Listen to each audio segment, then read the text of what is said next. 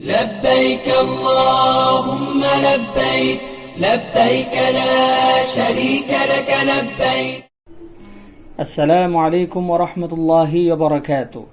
সম্মানিত মুসলিম ভাই এবং বোনগণ, আল্লাহ রাব্বুল আলামিন আমাদের উপর যে হজকে ফরজ করেছেন, সে মহান পবিত্র ইবাদতকে আজকে আমি আপনাদের সামনে ভিডিও আকারে সুন্দরভাবে কোথায় কিভাবে করব, কোথায় যাব, কোথায় যেতে হবে, সবকিছু বিস্তারিত আলোচনা করব ইনশাআল্লাহ।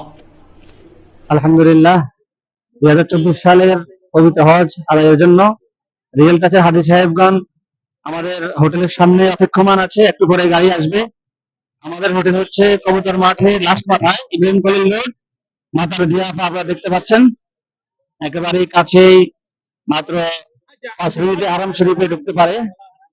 এবং হারাম শরীফ যদি জ্যাম থাকে তাহলে আলহামদুলিল্লাহ আমাদের হাজী সাহেবরা এখানেই নামাজ আদায় করতে পারেন।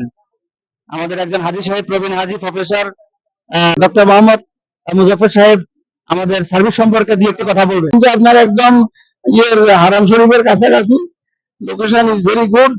আপনার 5 ওয়াক্ত নামাজ পড়া যায় এখান থেকে থেকে এবং খাওয়া দাওয়ার সার্ভিসও আপনাদের মোটামুটি ভালো, আপনারা খেয়াল করেন এবং সর্বত সহযোগিতা করেন। ধন্যবাদ। আলহামদুলিল্লাহ আলহামদুলিল্লাহ। আমাদের সার্ভিস সম্পর্কে আপনার জানতে চাচ্ছিলাম। আসসালামু আলাইকুম। রিয়েল টাচের সার্ভিস অত্যন্ত সুন্দর। আমাদের যে হোস্টেলে রাখা হয়েছে তাতে 4 মিনিটের ব্যবধান আরাম শরীফ থেকে। আর হোস্টেলের থাকার ব্যবস্থাও সুন্দর এবং খাওয়া দাওয়ার মানও খুব ভালো। আলহামদুলিল্লাহ আলহামদুলিল্লাহ আলহামদুলিল্লাহ।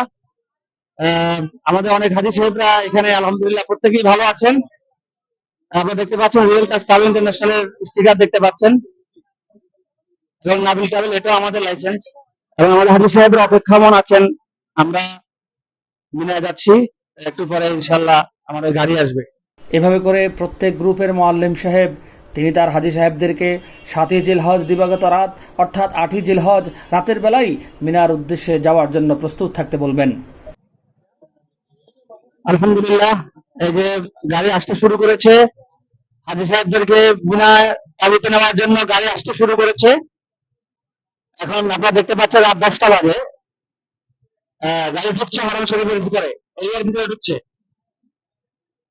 আপনারা দেখতে পাচ্ছেন আলহামদুলিল্লাহ এই লাইনে সবার আগে রিয়েল কাছে হাজী সাহেবরাই প্রস্তুত আছে। মক্কাতুল মুকাররমার হারামের খুব কাছাকাছি কবুতর মাঠের মেইন রোডের মাতার দিয়াপা হোটেল থেকে আলহামদুলিল্লাহ রিয়েল টাচের তাহমিদ হজ কাফেলার হাজী সাহেবগণ মিনার তাঁবুর সামনে অবতরণ করছেন, আপনারা দেখতে পাচ্ছেন।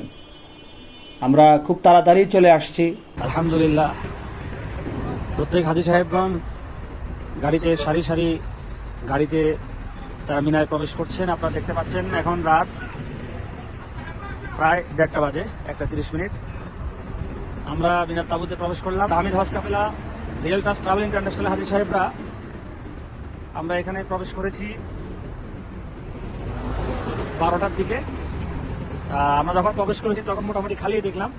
এখন আস্তে আস্তে করে আল্লাহর মেহমানদের পদচারণায় মুখরিত হচ্ছে এই মিনা ময়দান, যে ময়দানে আল্লাহর হাবিব সাল্লাল্লাহু আলাইহি ওয়াসাল্লাম 8ই জিলহজ অবস্থান করেছিলেন, যেটি আইয়ামে তাশরিকের পূর্বে সুন্নাহ, আইয়ামে তাশরিকের পরে ওয়াজিব।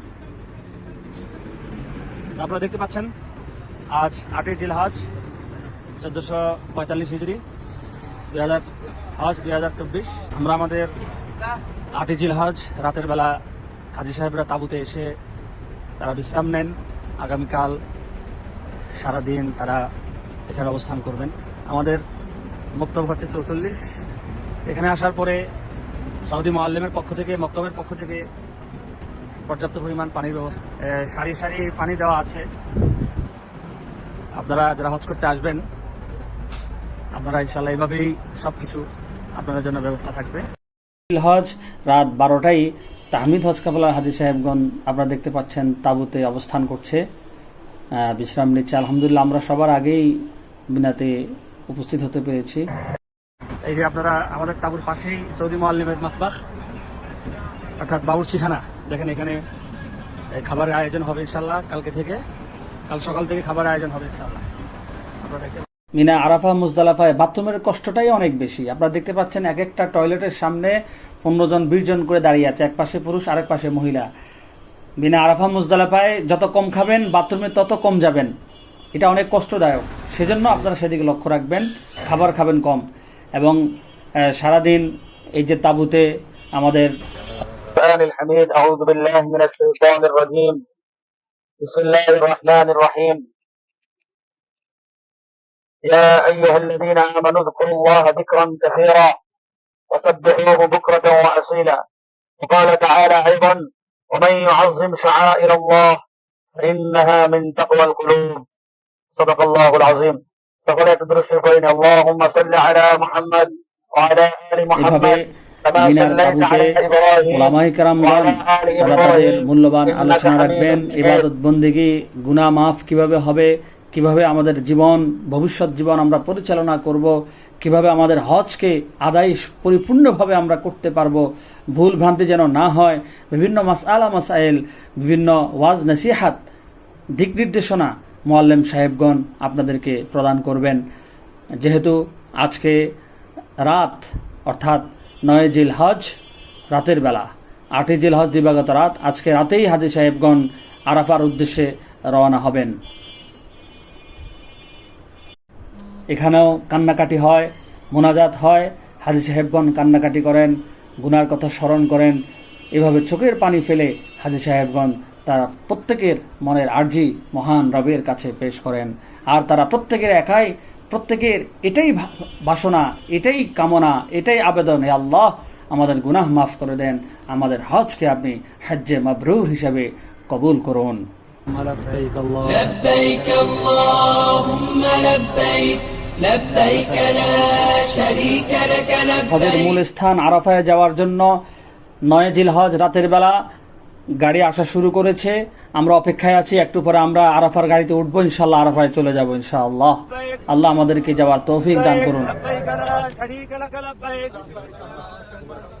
إن الحمد والنعمة لك والملك لا شريك لك لبيك لبيك اللهم لبيك لبيك لا شريك لك لبيك লব্বাইক আল্লাহুম্মা লব্বাইক। আজ 9 জিলহজ আরাফার দিন। আজকের এই দিন সম্পর্কে রাসূলুল্লাহ সাল্লাল্লাহু আলাইহি সাল্লাম ইরশাদ করেছেন আল হজ্জু আরাফা। আজকের এই দিনে হাজী সাহেবগণ তাঁবুর ভিতরে কায়মন বাক্যে ফরিয়াদ করছেন, আবার অনেকেই তাঁবু থেকে বের হয়ে গিয়েছেন, নীরব নিস্তব্ধ স্থানে গিয়ে রবের দরবারে ফরিয়াদ করছেন। আমরাও আমাদের তাঁবুর পাশে একটি বিশাল একটি টিলা ছিল, সেই টিলাতে তাহমিদ হজ কাফেলার কিছু হাজী সাহেবদেরকে নিয়ে আমরা চলে আসছি, ইবাদত বন্দেগী করেছি, আল্লাহর কাছে ফরিয়াদ করছি। আল্লাহু আকবার আল্লাহু আকবার। আরাফার ময়দানে আল্লাহর মেহমানরা কাঁদতেছেন, আল্লাহর মেহমানরা কাঁদতেছেন। কেউ বা গাছ ধরে কাঁদতেছেন, কেউ বা তাঁবু ধরে কাঁদতেছেন। আল্লাহু আকবার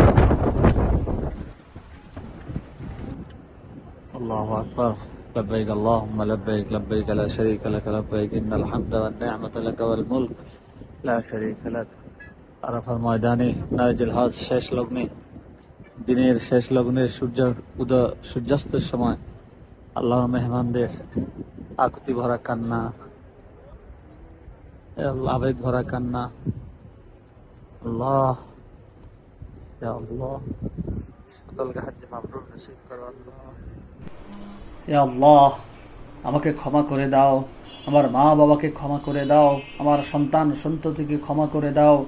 ইয়া রব্বাল আলামিন আমাকে কবুল করো, আমাকে হজ্জে মাবরুর নসিব করো, আমার জিন্দেগির গুনাহ মাফ করো, আমার কষ্টকে তুমি বৃথা যেতে দিও না, আয় রব্বুল আলামিন।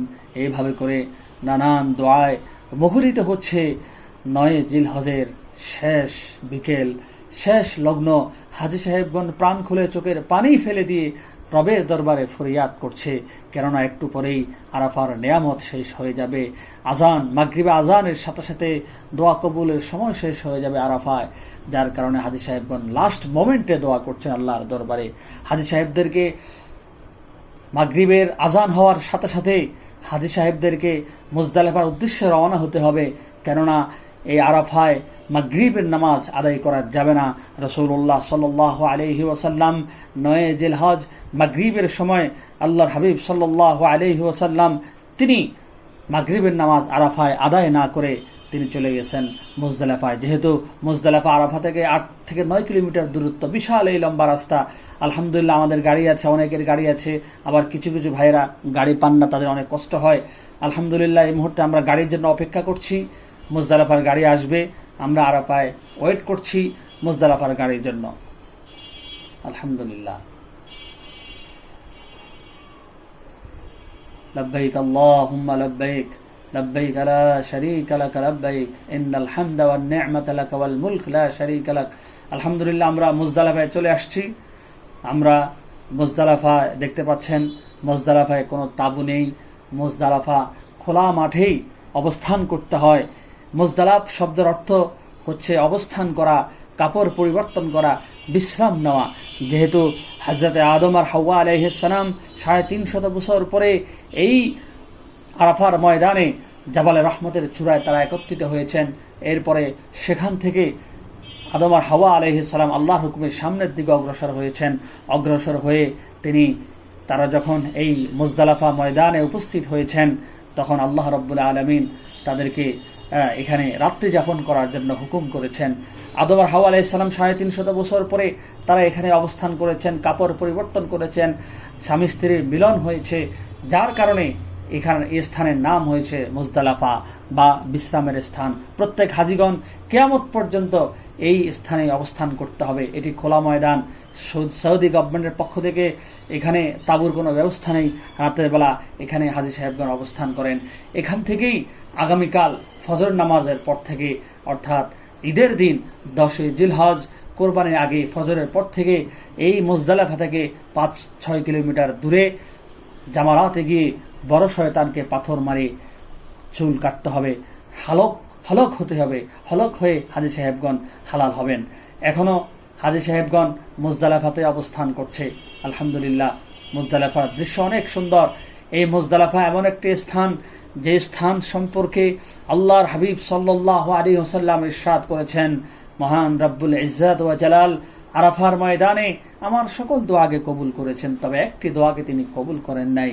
আমি যখন এই মুজদালিফায় চলে আসলাম, মাশআরিল হারাম যে মসজিদ রয়েছে, যেখানে আদম আর হাওয়া আলাইহিস সালাম একসাথে যে স্থানে একত্রিত হয়েছেন, সেই স্থানে আসার পরে আল্লাহ সুবহানাহু ওয়া তাআলা আমি স্থানে এসে দোয়া করেছি, মহান রব্বুল আলামিন আমার সেই দোয়াকে কবুল করেছেন। আলহামদুলিল্লাহ। সম্মানিত হাজি সাহেবগণ, যারা হজ করতে আসবেন, আপনাদেরকে অবশ্যই এই মুজদালিফায় সাবধানতা অবলম্বন করতে হবে। কেননা এখানে সব একরকম, সবার শরীরে সাদা কাপড়, এভাবে চিনা খুবই কঠিন। যেহেতু এখানে তাঁবু থাকে না, এজন্য আপনাকে খুব সাবধানে থাকতে হবে। গ্রুপে আপনাকে থাকতে হবে। যদি আপনি একা থাকেন, আপনি হারিয়ে যাওয়ার সম্ভাবনা অনেক বেশি। যেহেতু এখানে ফজর পর্যন্ত এখানে রাত্রি যাপন করতে হবে, এখানে রাত্রি যাপন করা ওয়াজিব। ফজরের আগেই এখানে উপস্থিত হতে হবে। যে ব্যক্তি ফজরের আগে, সুবহে সাদিকের আগে মুজদালিফা উপস্থিত হতে পারবে না, তার হজ হবে না, তাকে অবশ্যই দম দিতে হবে। এই মুজদালিফা এসে প্রত্যেক হাজিগণ পাথর সংগ্রহ করছেন। এখানে পাথর সংগ্রহ করতে হবে, যেহেতু আগামীকালকে 60টি পাথর, 11 জিলহজ 21টি পাথর, তারপরে 12 জিলহজ 21টি পাথর। আল্লাহু আকবার, আল্লাহু আকবার, আল্লাহু আকবার, লা ইলাহা ইল্লাল্লাহ, আল্লাহু আকবার ওয়া লিল্লাহিল হামদ। আজকে ঈদের দিন 10 জিলহজ প্রত্যেক হাজি সাহেবগণ মুজদালিফা থেকে তারা জামারাতের উদ্দেশ্যে, শয়তানকে পাথর মারার উদ্দেশ্যে রওনা হয়েছেন। আপনারা দেখতে পাচ্ছেন লক্ষ লক্ষ হাজি, প্রত্যেকের উদ্দেশ্য হচ্ছে জামারাত। বড় শয়তানকে আজকে পাথর মেরে মাথা মুন্ডন করে আজকে হালাল হয়ে যাবেন। প্রত্যেক হাজি সাহেবগণ যাচ্ছেন সামনের দিকে।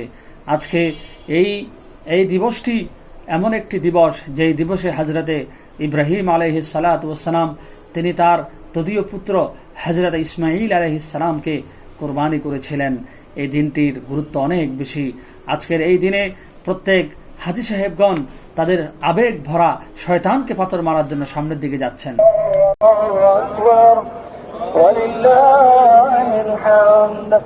আল্লাহু আকবার, আল্লাহু আকবার, আল্লাহু আকবার, লা ইলাহা ইল্লাল্লাহ, আল্লাহু আকবার, আল্লাহু আকবার, ওয়া লিল্লাহিল হামদ, আল্লাহু আকবার।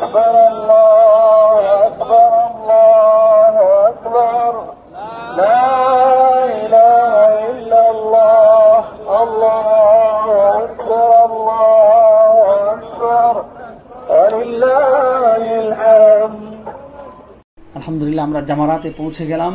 জামারাতে প্রথমে ছোট শয়তান, তারপরে মেজু শয়তান, তারপরে বড় শয়তান। কিন্তু ঈদের দিন প্রথম দুইটাকে মারা যাবে না, ঈদের দিন বড় শয়তানকে আগে পাথর মারতে হবে। আগামীকাল থেকে 11 এবং 12 ছোট বড় মাঝারি সবাইকে মারতে হবে। এভাবে আপনি পাথর মারবেন, বিসমিল্লাহ আল্লাহু আকবার, বিসমিল্লাহ আল্লাহু আকবার, অন্তত আবেগ নিয়ে মহাব্বতে শয়তানের উপর জীবনে যত ঘৃণা আছে সমস্ত ঘৃণা নিক্ষেপ করে আপনি পাথর মারবেন। ইনশাআল্লাহ আল্লাহ আপনার হজকে কবুল করবেন। 10 জিলহজ জামারাতে বড় শয়তানকে পাথর মারার পরে আপনাকে কুরবানি করতে হবে। কুরবানি করার পরে মাথা মুন্ডন করতে হবে। মনে রাখবেন, কুরবানির পূর্বে মাথা মুন্ডন করা যাবে না। আগে কুরবানি হবে, তারপরে মাথা মুন্ডন হয়ে আপনি হালাল হবেন।